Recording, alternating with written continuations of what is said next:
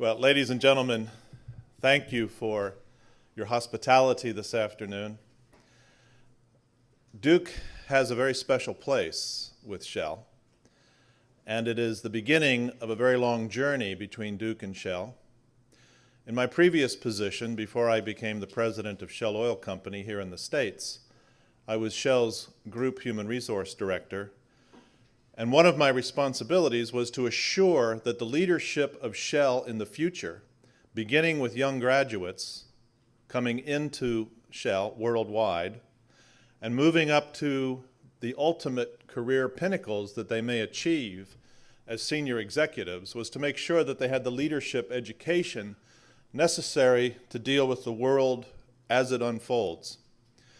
And as we thought about our senior-most people, the top 200 people in Shell, and thought about how do we educate these executives from countries as diverse as China, Nigeria, Japan, Russia, Germany, France, US, Canada, Argentina, Brazil, we came to Duke. So Duke is our partner in teaching the senior-most executives in Shell on a worldwide basis. And 25 senior executives every year go through a year-long program working with Duke. I'm very proud of the fact that we have that association. So you are helping to shape Shell on a global basis well into the future. Thank you for that. This morning, Shell Oil received a Preserve America Award in New Orleans. I was privileged to stand next to the First Lady at the Customs House in downtown New Orleans about 9:30 this morning, and to receive a presidential honor on behalf of Shell and Motiva employees in the United States for the preservation work that we have done in New Orleans following Katrina and the disaster that that storm laid upon the city and the community. And it reminded me, standing there, of a number of other commitments that Shell has been making in recent years, which I'd like to tell you about, as well as talking in that context about energy security and the future. Shell has recognized for quite a long time that the Louisiana wetlands is a natural and national resource, and they are at risk. And approximately 8 years ago, began working with a number of associations in Louisiana, and in particular, Louisiana State University, to begin to address in a private-public partnership how the wetlands can be restored. And whether it's the technological research and the software necessary to project the kind of environmental evolution that's occurring in those wetlands, or whether it is actual hands-on projects of replanting crops and other kinds of biomass along the wetlands, or whether it's analyzing Mississippi River flow and the sediment and setting up, as we are about to do in concert with LSU, a constant flooding of a wetlands area with Mississippi River water, which will be pumped over levees in order to provide that natural sedimentation back into a section of the wetlands to study its impact. Or whether it's dealing with issues in the Pinedale region of Wyoming, which is frankly high-altitude desert, in which there is a world-class gas field being developed in an area called Tight Rock, which is down about 10,000 feet. Very tight granite rock which contains much gas, about at least 15 trillion cubic feet of gas that we know of in that gas field. But given the high altitude desert conditions in which we are drilling, how can we keep our footprint in that dry altitude desert as small as possible? And the means by which we're doing that, believe it or not, is to take offshore platform logistics management and drilling technology, in which, as you may know, in the offshore platform, we have very small footprint on which to operate because we're standing on top of the ocean. We've taken that very same technology and applied it to desert conditions in Pinedale, Wyoming, with great success, in which the amount of space actually cleared to put a drilling rig is minimal. And of course, other industries, other companies follow us in applying such technology. Or in places like the Gulf of Mexico, where the technology has advanced to the point that despite world-class record storms coming through the Gulf of Mexico a year ago, the only oil spillage which we saw was not from the subsea, but from some small amounts of oil stored on platforms which sustained storm damage, prompting some small leaks, most of which was contained and recaptured or evaporated as it does.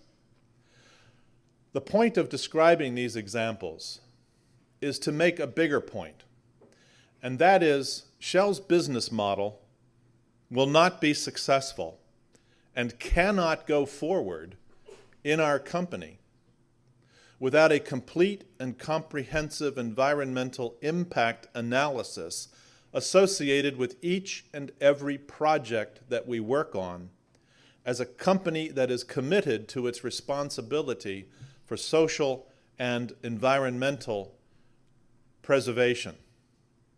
And so that word preserve America, which was prominent this morning in New Orleans, and which may be reflected on a variety of news shows this evening, really does mean something. Preserve America means to Shell, do what we do to provide energy to the American people in such a way that we can keep doing it, that we can convince policymakers and regulators that we should be allowed to extract the energy that the country needs because we are responsible citizens in the way in which we do it.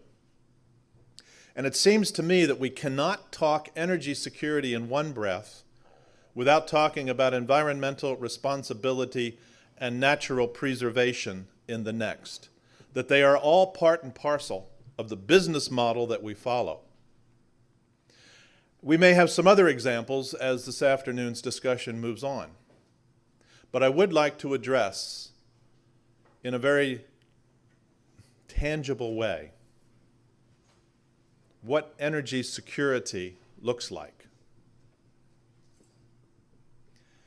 A year ago,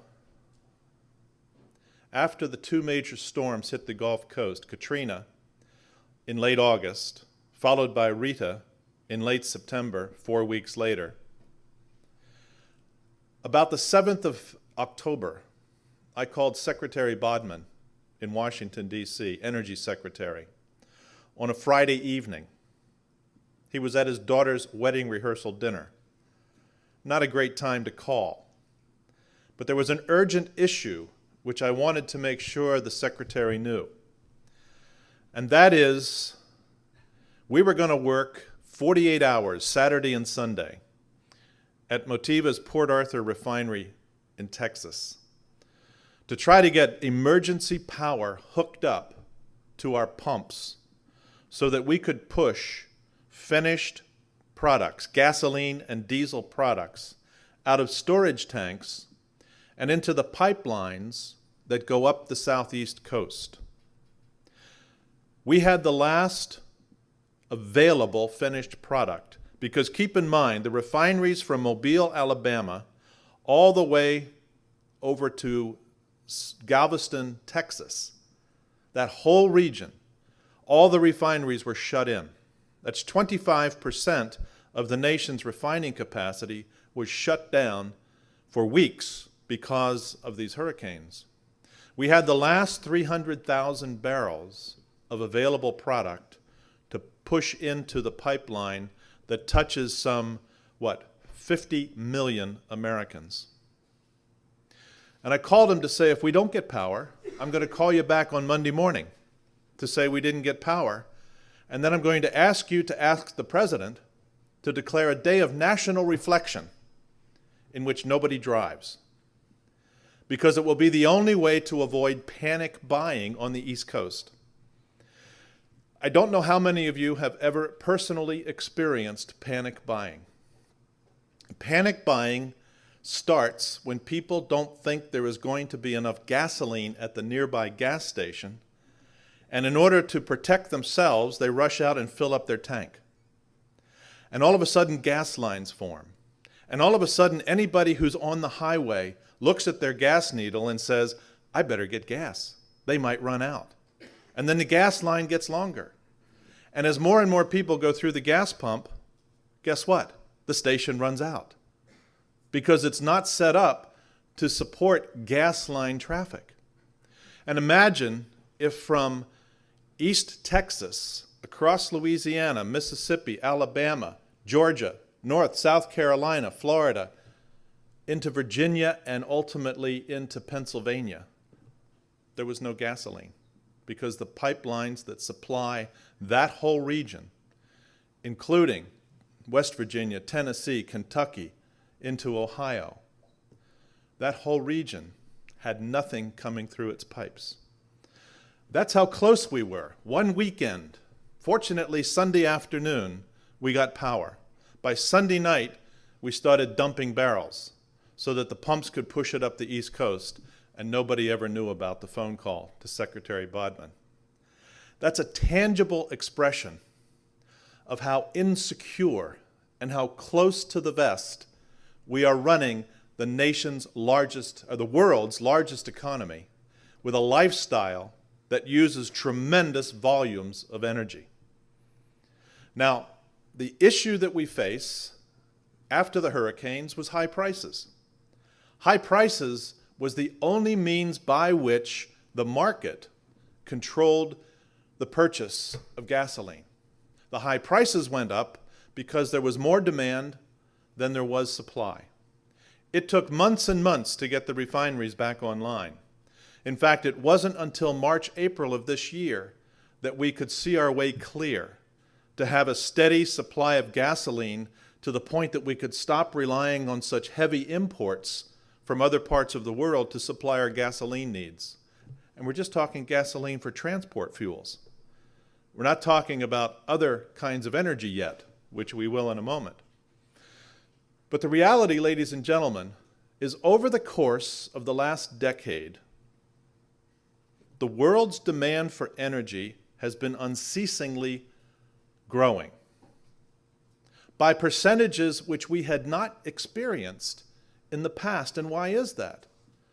It's largely because if you look back over the last 10 years, these have been 10 years of global economic growth, including very strong US growth, strong European growth, and very strong Asian growth. And what is it in our world that fuels economic growth but energy? We got used to, in this country, available, low-priced fuel. And it set patterns in motion, patterns which we enjoy, patterns which enable us to have mobility as part of our life, personal mobility as part of our lifestyle. We like that. And the more we enjoy it, the more we use it. And our economic well-being enables that to continue. But what we've run out of is supply. And we have artificially constrained through public policy supply of conventional oil and gas in this country. And so if we want to ensure energy security in the future, I'll come on to conservation in a little bit, but if we want to continue the lifestyles and the economic growth that this country has enjoyed for the last 50 years, really since World War II, for the next 50 years, we have to change the supply equation.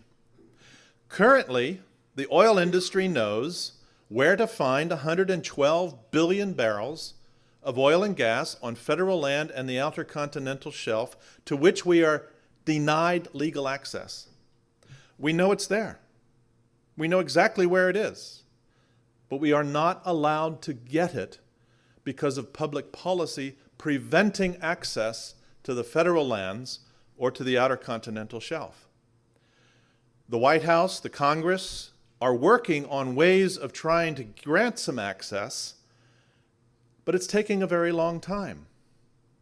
A year ago, the nation was a day from gas lines a day away from panic buying in the southeast of the nation, which could well have spread across the nation. 1 year later, not one major public policy change has occurred. Not because people haven't tried, but people have not agreed on what the way forward is. And so there is no more access to conventional oil and gas today than there was a year ago, despite the efforts of many, both in the industry and in the national leadership. It's disappointing, but not to me discouraging, because we are a democracy, people are entitled to different views, we need to reach a majority consensus on something to move ahead with public policy. But if we had access to that 112 billion barrels of oil and gas on federal lands, is that enough to meet the U.S. energy requirements of the future? Shell thinks not. Shell thinks that's not enough, particularly when we know that there are trillions of barrels of unconventional oil locked in the oil sands of Alberta and locked in the western Colorado, southwestern Wyoming, and southeastern Utah region. 1 trillion barrels of oil locked into our own country in Colorado, Wyoming, and Utah. It's called oil shale. This is immature oil that is not yet to the point where it comes together in the liquid form in a reservoir. Instead, it's locked in form in shale rock. Shell has been working on technology to release that oil from the oil shale, not by mining it, not by extraction and mining, which creates huge quarries, but instead by an in situ method in which we drill holes, put heaters down into the holes, heat the earth to 700 degrees or thereabouts Fahrenheit, and we advance hundreds of millions of years of evolution of what that oil would do naturally. And then we pump it out as a liquid and pump out the natural gas that's released as a gas. But if we were to develop the oil shale and the oil sands of Canada, is that enough to meet our energy needs of the future? Shell thinks not. We think there's more that needs to be done. We have in our country invested in an infrastructure of power plants, electricity generating plants, that are dependent entirely on natural gas. Natural gas turbines are the cleanest, most efficient way to create electricity. And we are short of natural gas. The 10-year projection that we're looking at in terms of natural gas supply coming from the continental United States and Canada does not meet the demand of existing built or planned electrical generating stations using gas turbines. So the stations that are on the books now to be built over the next decade will suck up the remaining supply that is currently in surplus, and within 10 years, the supply will be greater than the demand. What happens then? Power plants have to shut down because there's not enough natural gas. Is there a solution? We think there is. It's called liquefied natural gas. This is gas that is shipped into the United States in liquid form, chilled to something like minus 270 degrees, and regasified at regas terminals along the coasts. This would sustain the U.S. supply of gas if we could augment it with liquefied natural gas, but we have a problem. Nobody seems to want a liquefied natural gas regasification terminal in their community. People think it is either a security threat or an environmental threat, or they simply don't want it for aesthetic reasons. And as a consequence, we're having a very difficult time siting liquefied natural gas regasification terminals, meaning we are pushing out the day when we can rely upon LNG, as it's called, as an auxiliary natural gas supply for our electrical generation or home heating purposes.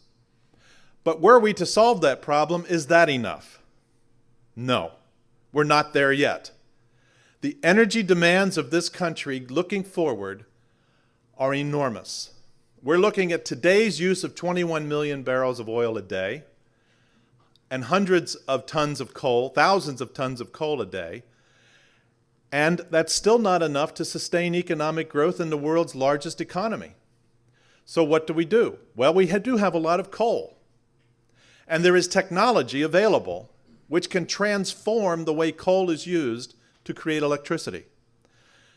It's called IGCC technology, which is integrated gas combined cycle technology, which is built upon a Fischer-Tropsch methodology, which instead of burning coal, where we pulverize the coal and we burn it in furnaces, which then creates heat, which can create steam, which can then turn turbines.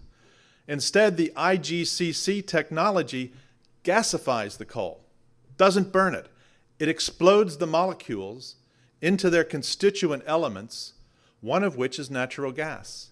That natural gas can be used to fire gas turbines, not steam turbines, which we know are more efficient and cleaner. It's the most efficient use of coal we could imagine. It can also enable us with membrane technology in the piping systems to capture the CO2 in order to manage the CO2 in ways that are more environmentally good for society. And the mercury, and the sulfur, and the nitrogen oxide, all of which can then be managed in a variety of ways. How many IGCC coal-fired or coal-gasified projects are underway in the United States? 0. None. How many are underway in China? 15. How do I know? Shell has all 15 contracts. In Australia, several. In Europe, several. In the United States, 0. We need public policy to support the building of these plants because the capital cost is somewhat greater. And we set up utilities on the basis of lowest cost to the consumer. And so it becomes difficult to justify the higher capital cost if a utility is regulated in such a way that it can only pass on certain costs to the consumer. So a public policy change would be needed. But if we did the IGCC, and we did the LNG, and we did the unconventional oil shale and oil sands, and the conventional oil and gas, is that enough? No. It's not enough yet, because there are alternatives that also need to be and should be and are being developed. Alternatives for transport fuel, such as biofuels. Ethanol is the most common. Shell's one of the largest distributors of ethanol in the world, and we're putting tens of millions of dollars into research and development of ethanol, but not corn or sugar-based ethanol. Not that we are opposed to it, but we think that there will not be enough corn-based or sugar-based ethanol to make a meaningful dent in the energy supply line of the future. Why is that? Because ethanol produced from corn competes with food. We eat corn, and we eat the offerings of livestock, which eat corn. Eggs, beef, hamburgers, hot dogs, they all come from corn-fed animals. And if the farmers are only able to grow so much corn, and the estimate is the following: if we took the entire corn crop of the United States today and turned it into ethanol, in which none of the corn went to feed us or to feed animals, we would only yield 12% of the national fuel requirements. The entire corn crop of the country could just yield 12% of our fuel needs. That's not going to cut it. So instead, we're putting our money, Shell's money, in cellulosic ethanol development, where enzyme breakdown of cellulosic matter, whether that is through the corn stalk rather than the corn itself, or whether that is biomass of other types like grasses or wood chips. There's a gasification technology as well as an enzymatic breakdown technology. We're doing both, and we're working on that, as well as municipal waste breakdown technology. We do think biofuels is an alternative that will help the fuel supply. Our preference at this stage is let's get to 5 to 10% of the fuel supply, augmenting the oil products fuel supply, And then when we get there, let's see what's next. Because there is not yet a market test of whether E85, which you may read a lot about, is actually going to be acceptable to American consumers. Shell is piloting E85 in the Chicago region to see how do customers accept E85. That's a product which is 85% ethanol and 15% gasoline, fueling vehicles which are flex fuel engines. You can't put E85 in anything but a flex fuel engine, of which about 3% of the American fleet is currently flex fuel. So for someone to propose E85 as the solution, as the silver bullet of the future, is premature indeed in Shell's view. But is that enough? Not yet. God blessed America with a lot of wind. And you could take that several ways. But God blessed America with a lot of wind given our geology. And there are wind farms that produce CO2-free electricity, which are terrific. Shell's invested heavily in about 7 states so far with wind farm developments. I recently was in Maui to announce a new wind farm in Maui, which will displace Maui Electric Company's alternative plan to build a pulverized coal burning power plant. So instead of building the coal plant, there will be a wind farm which will produce enough electricity to equal that plant with no CO2 emissions. In California, in Colorado, in Kansas, in Texas, in Iowa, in West Virginia, and many states yet to come, the opportunity for wind is real. The turbine technology has advanced dramatically, but there's one problem with wind, which means it's not enough either. The wind doesn't always blow. And so the normal efficiency of a wind farm is about 60%, which means not quite 2/3 of the day your refrigerator will operate. And the other 1/3 you hope it will operate. So that's not enough either. Well, what else is there? There's solar. Solar technology works. Shell was in solar photovoltaic cells for a long time. But last year we decided that the silicon-based photovoltaic cell manufacturing process was never going to make commercial terms. And so we get out of it. Instead, we've applied ourselves with a different technology for solar. We're still in the solar business, but we've moved on. We're using a chemical-based technology instead of a silicon-based technology. And the chemistry that we're using is something called copper indium diselenide, which is a thin film which makes for more productive creation of electricity from the sun, with much less cost and much less weight in the panel itself. This is new. This is early days. We haven't commercialized it yet, but we're working on it. We think it has a much greater promise in the future than the silicon photovoltaic cell. But is that enough? One more. One more we're working on because we take a very long-term view at Shell.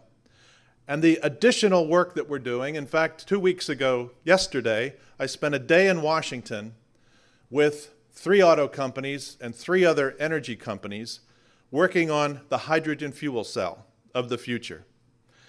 We believe that the technology will evolve to enable the creation of mass mobility products, meaning cars, trucks, buses, mass mobility products, making use of hydrogen fuel cells as the enabler of electric motors in those vehicles, which creates essentially CO2-free mobility, not based upon oil products, not based upon biofuels, but based upon hydrogen, which ultimately we believe could be hydrogen produced from the electrolysis of water, the ultimate renewable resource.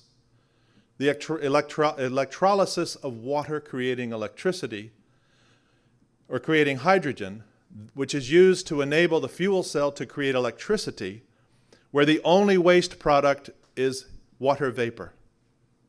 We think that is the ultimate answer, and Larry Burns, our partner, who is the head of technology at General Motors, believes the same.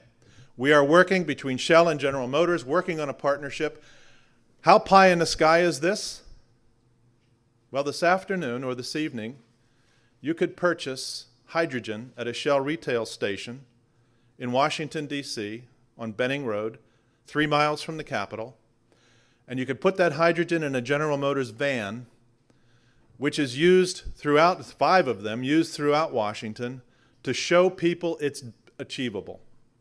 We have GM vans with hydrogen fuel cell enabled mobility fueled by Shell hydrogen at a normal Shell station. Currently, it's costly. Currently, consumers could not afford because we still need a couple of technical breakthroughs. The primary one of which is hydrogen storage in the vehicle itself to enable the customer, or the owner of the car, to go more than 100 miles. Currently, a person could only get about 100 miles out of one charge in the tank of hydrogen. And most people would find that inconvenient. But to make the technical breakthrough to get to the 300-mile barrier, which is the view from General Motors, that if you don't have a product that can deliver 300 miles distance, people will not want it because it's too inconvenient to stop so often to refill the tank. But we believe in the next 5 or so years we may achieve that breakthrough, which could then take us to commercial production, mass production of hydrogen fuel cell vehicles sometime in the next decade. And by 2015, 2020, we may be seeing them on the streets of America. There is one final key element of energy security, and that is a different use of energy entirely. Shell calls it a culture of conservation. Conservation which is not about jiggling a thermostat and moving a thermostat up a degree or down a degree to save energy, or lightening up on the accelerator pedal. That's taking today's technology and trying to change lifestyle with today's technology. Shell's view is that in our schools, in our technical curricula, we have to infuse in the hearts, the minds, the belief systems, and the behaviors of the designers of products of tomorrow an energy efficiency objective which ultimately enables us to do more with less. Because without conservation, ladies and gentlemen, we will not achieve full energy security. Conservation built into the design of products, whether that's transportation products, whether that's homes, offices, factories, all the uses of energy, from lighting to mobility to heating and air conditioning, all of this is energy consumptive, and without new, different, more energy efficient designs, we will still not achieve energy security. But we can. The combination of all the above, the combination of more conventional oil and gas, unconventional oil and gas, liquefied natural gas, coal gasification, biofuels, wind, solar, hydrogen, conservation, under a framework of greenhouse gas management in which the nation, not a particular state, although they have the right to proceed, but the nation manages its greenhouse gas emissions in a way that we can sustain our economic growth, sustain a lifestyle which we enjoy and which we choose in a democracy, and achieve the environmental outcomes that we know are necessary for our generation and future generations under a national banner rather than a state banner. We believe the combination of all the above is the answer to energy security in America. Thank you for listening.